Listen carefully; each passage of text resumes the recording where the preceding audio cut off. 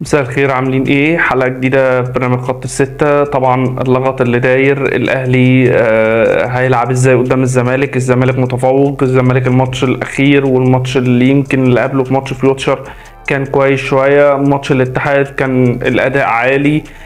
طبعا ده ليه اسباب، اسبابه كتير. مش طبعا مش ده الوقت اللي احنا نحكي في اسبابه، بس الوقت اللي احنا نحاول نوصل للناس نقط الضعف ونقط القوة اللي موجودة عند فريق الزمالك، اللي هي بالنسبة لي بتتلخص في الجزء ده.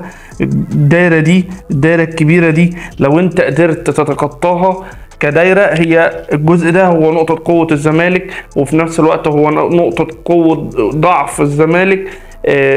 ان انت لعبهم كله بيحاولوا ان هم ثلاثة دايما. اللي لعب بيهم الماتش الاخير ناصر ماهر كجناح، واحمد حمدي وعبد الله السعيد بيلعبوا